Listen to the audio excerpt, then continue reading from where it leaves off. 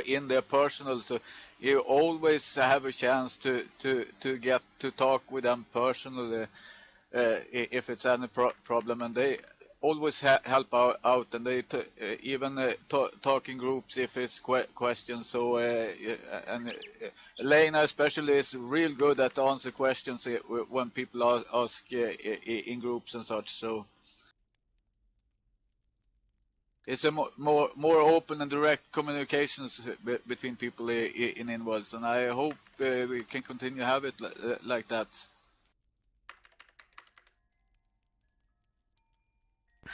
Wouldn't it be a good idea to have a meeting now and then with some people, designers, owners, scripters, whatever?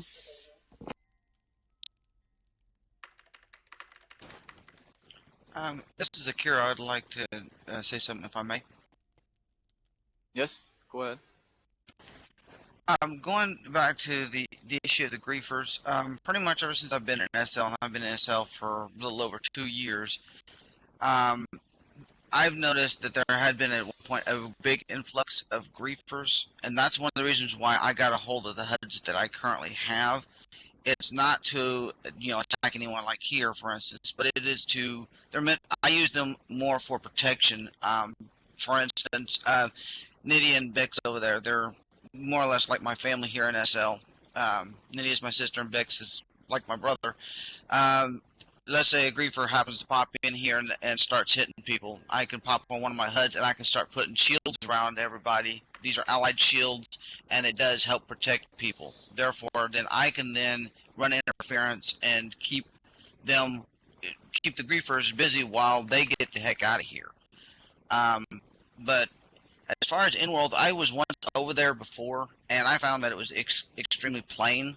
There wasn't really much over there. Has it actually gotten a lot better since then?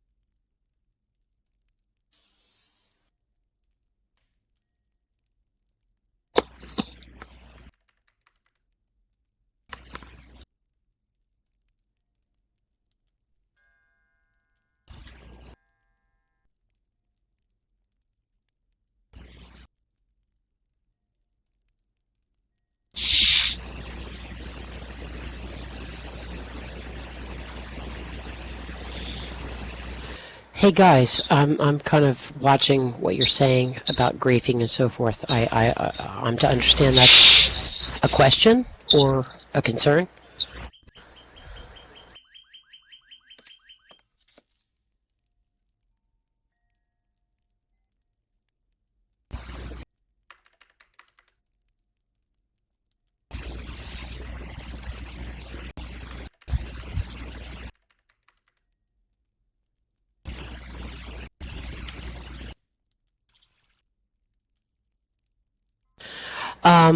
Okay, Elizabeth, to answer your question.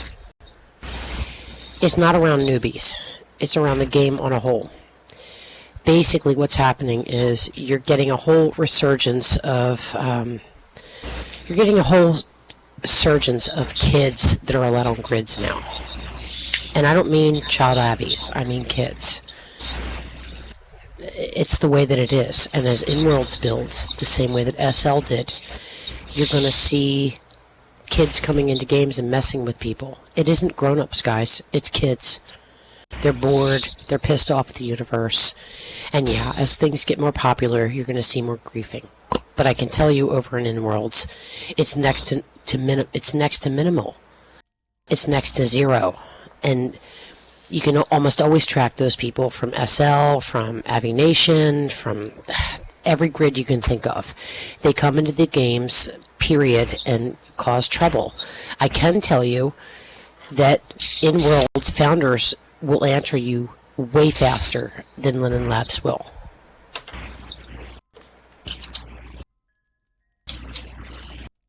Can I say something? Can I say something? Yes, go ahead. When I was coming to InWorld first time, this is just a couple 2-3 weeks ago. I was opening. You come to the landing ground, and everybody is nice to you, and it is always someone there you can talk to, a person who can guide you around if you don't know what you're doing. So that is much better than, for example, SL. There you come into the in-world grid and landing point, and then it's up to you to figuring everything out. Well, how it's working. No one can answer why Linen Labs. I'm sorry, there's not a representative here that I know of, and I'm sorry that we can't answer why Linen Labs decided to get rid of their mentor system. Perhaps they got too big. I don't know, but I do know that the in-world system has a mentor team that's amazing group of people, and they're very helpful. That's all I know.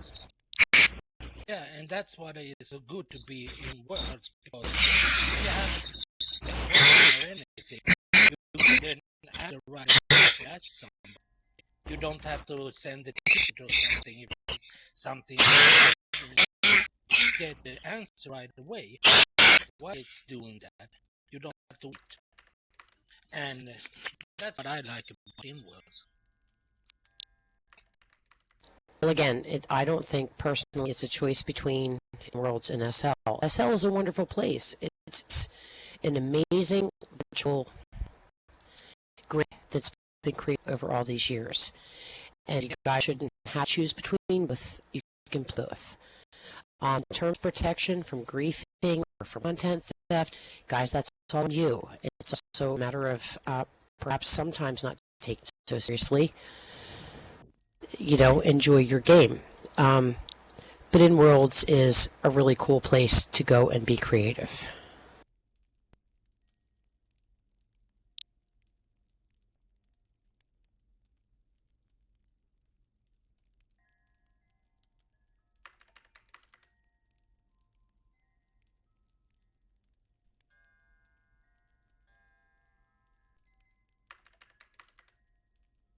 I like the fact, I'm going to say something here about the creative piece.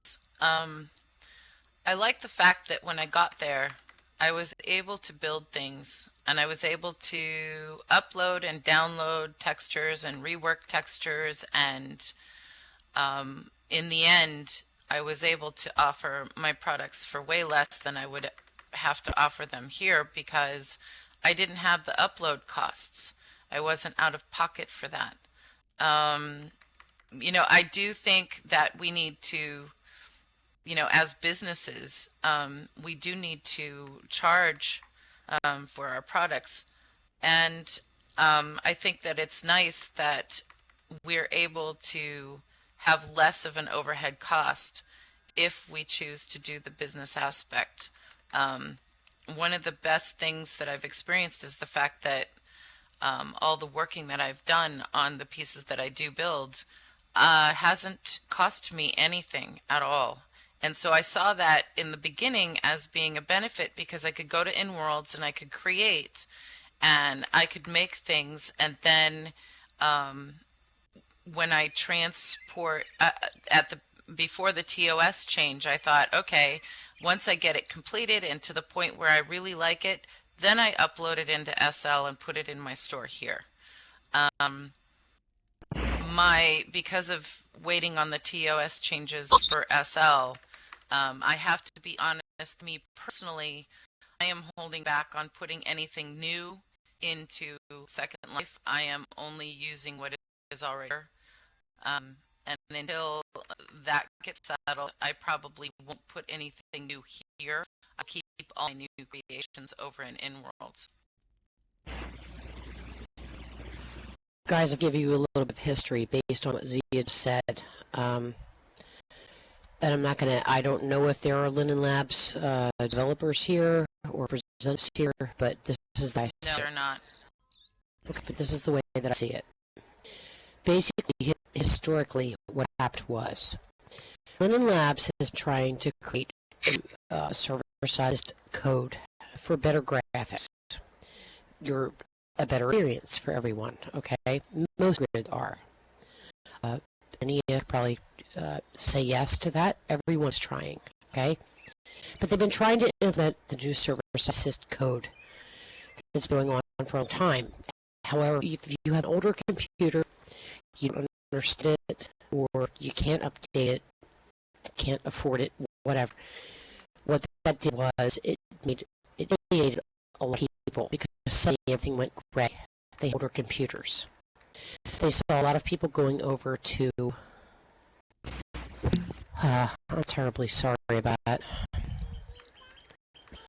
Okay, I will slow down and see if it helps at all. Okay. I'm sorry, Cynthia. I'll try and copy it for you later, if you can. But let me try and finish, okay? I've watched the historics going on between the grids, okay? So they want to implement this new server-side decision-making code. What it did was alienate players that are a little bit older computers. They don't really understand computers. They don't understand how to upgrade their computers, and they saw a whole bunch of people coming over to InWorlds. They got really pissed off about it, and they put out the new TOS, and they said, look, anything you created here, you can't take out of here. I understand they're angry. I do, but that's not very fair. This should not be we, them, us, them. It should be players should be able to cross grids. I did agree with that. I don't like that. But InWorlds will allow you to go in and create things. Everything from Firestorm 441, Phoenix 1691, Singularity, Cool Viewer, all of those. The beta is a great device. The beta is a great viewer. It's very stable. It will allow you to create until the dust settles. Again, it's not a choice between two games. It's just expand your game. We have a right as users to expand our game.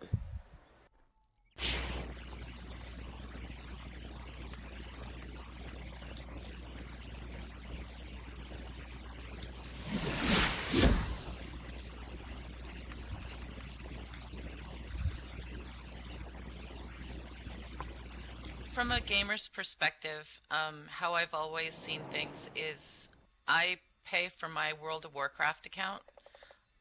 In SL, I had a free account for a really long time, and I spent way more money in the SL than 15 USD a month on a game.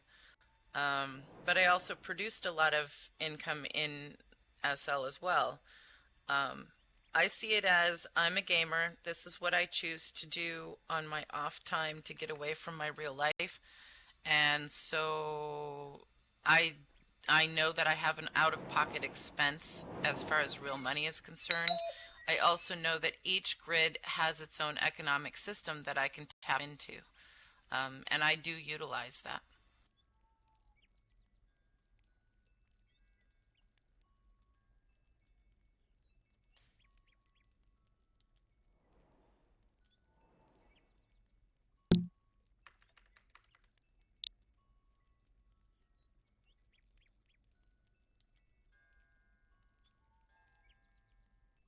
Okay, I started to type, but I saw a question.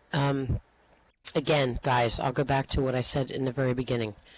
Look, if you copyright and publish your own work in here, and it's truly your own work, everything from prim to prim to prim is your work. They can't stop you from taking it out. They cannot. If they say they can, they can't. But you have to copyright that. Otherwise, no grid can protect you.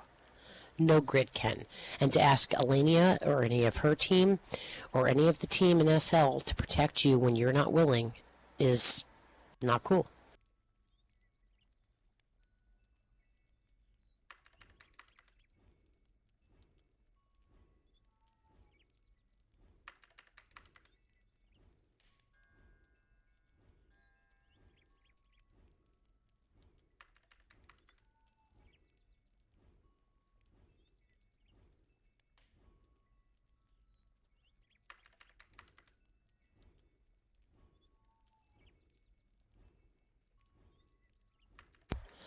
Jen, that depends. You have full perm, but were you the creator of that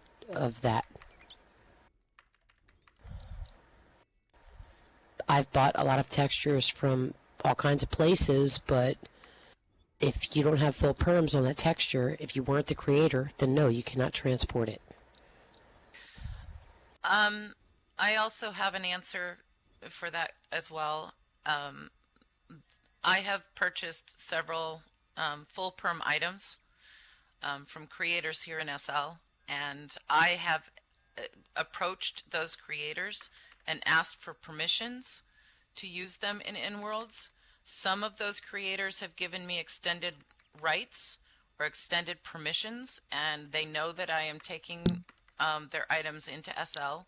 Others have said no, and as a person that I personally believe that the creation is with the artist, I honor those requests by those creators on all of their items because I didn't make them.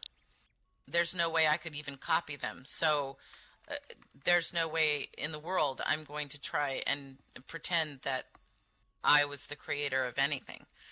But there are other people that are not like that, and I do understand those concerns. Elizabeth, I agree with you that having copyrights on your items and your creations is a good idea. I don't see that the new TOS was done to force the hand on that. But then I could be wrong.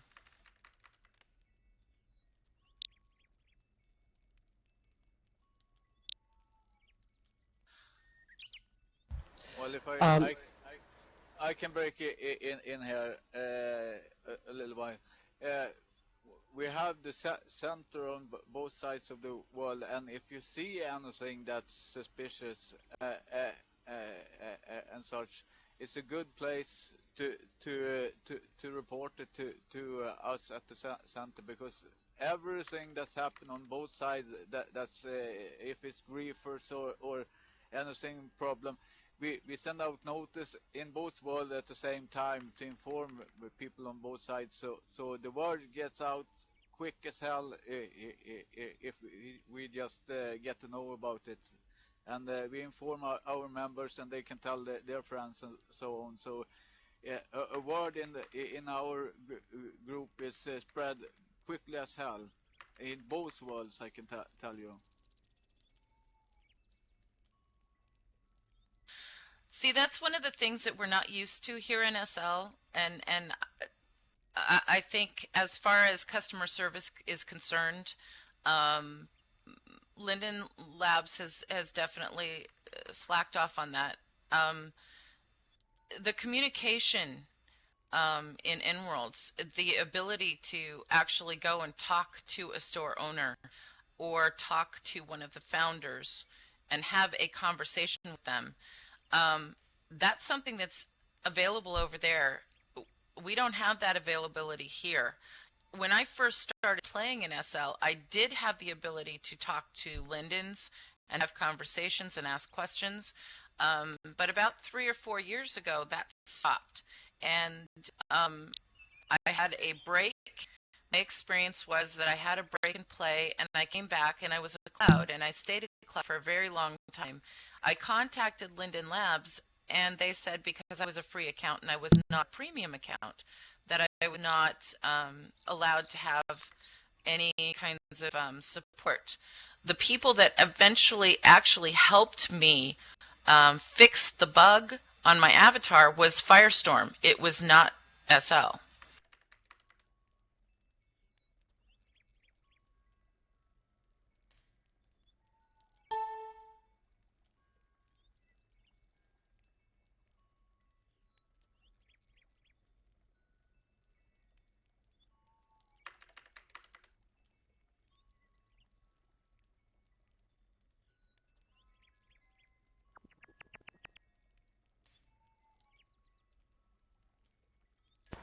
Guys, the concept of gambling is not allowed in most states of the United States in real world. So why would it be allowed on grids?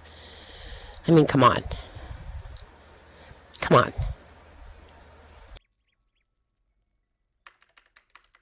You have to have special licenses for gambling, actually, in real life.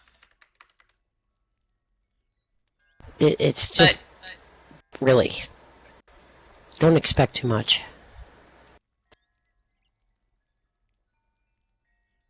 All I'm saying, what I was saying was that the customer service, I play in both worlds.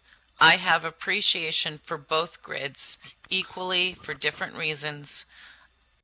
My appreciation for InWorlds is that there is more personal attention, more personal time, more interaction than there is here. I see Second Life as an ability for me to go and see things that people have already done. It's a huge grid, so I'm never bored.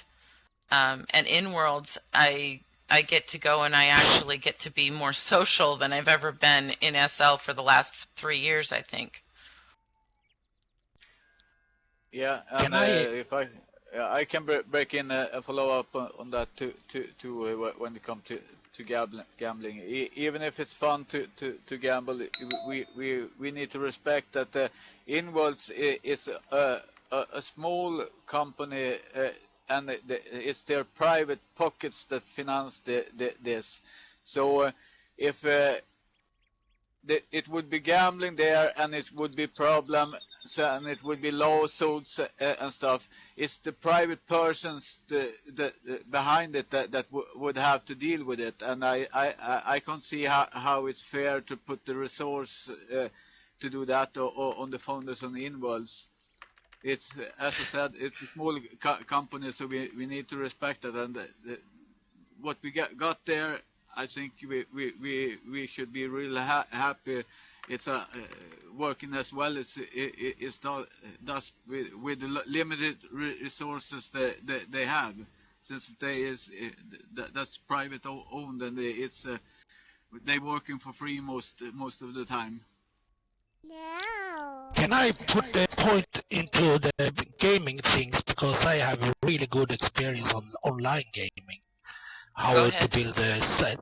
You know, because you are a private company, because if anybody wants to be gambling on a sim, for example, in Worlds, you must get 2 licenses, one from Malta for Europe and one from Nevada and it's really costly to have a gambling license for a site that is a game, a social site in a game, and it's really costly to have those 2 licenses, and you must set up an office on Malta and everything to be legal. Be legal in Europe, you must have an office in Malta, because they owns 90% of world's all online legal license, and the rest is Nevada and some is in Japan. So it's really costly to have those 2 licenses, and because this is a game all around the world, so you must have at least 2 licenses, and it's too costly to have that for you. Yes. Darling, may I answer that question? I want to try and answer that question. They've been trying to outlaw gambling in the United States for a very long time, okay? It only happens in certain areas of the country. And the fact is, InWorlds and SL are run out of California, which are the center hub, or somewhat a center hub of the United States. The people that develop these games and these grids have to adhere to those laws, or they'll be in a shitload of trouble. If you live in Venezuela, good for you. But that's not what happens in the United States. I'm sorry. You have to put your gaming systems out so it's not considered gambling. Period. Yes, but you know, if you that's what I'm saying. If you get, example, a license from Colombia and you run your office from there, it's no problem. But the same thing in Europe, but it's so costly to have those two licenses running every month. I agree with you. I agree with you. However, if you create a grid, create a server. I mean that. I'm not trying to be verbose or anything, but both of the grids that you're dealing with, we're talking about InWorlds and in Second Life right now, they run out of California. They have money to pay just to run their servers. You know, I want to champion Elenia because I saw something in her profile yesterday that cracked me up to no end. And someone, a resident, had said to her, "Can I pay my tier for my land in Izzy's?" She said, "Do you think we can pay our servers that way?" They have to adhere within laws, and they are run out of the United States. If they don't want to get shut down so that you guys can't go play somewhere, they have to adhere within the laws.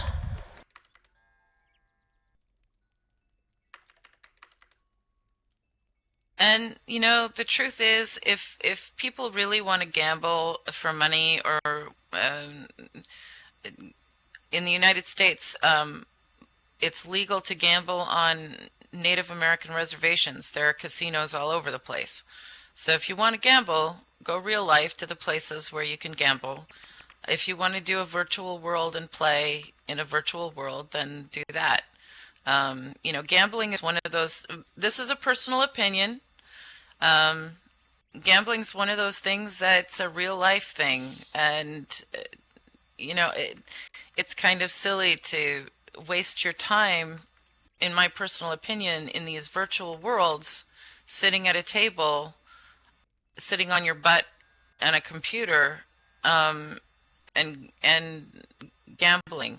Playing games, the games sometimes are really fun, but I like to be able to get up and just kind of walk away from it. Grabby is one of those that's hysterically funny, but it's not, I don't ever play anything like that for money.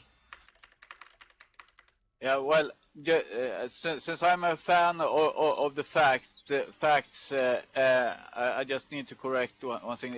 Online gambling is not illegal in Germany because they are a part of European Union.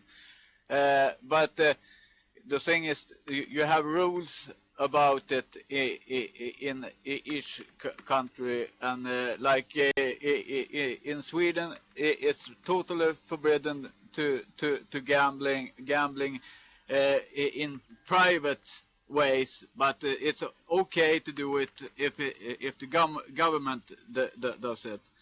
But then you need to involve the government, and it's a complicated things. So and we need to make a difference between big gambling, where it's huge companies between, or if you're just doing a private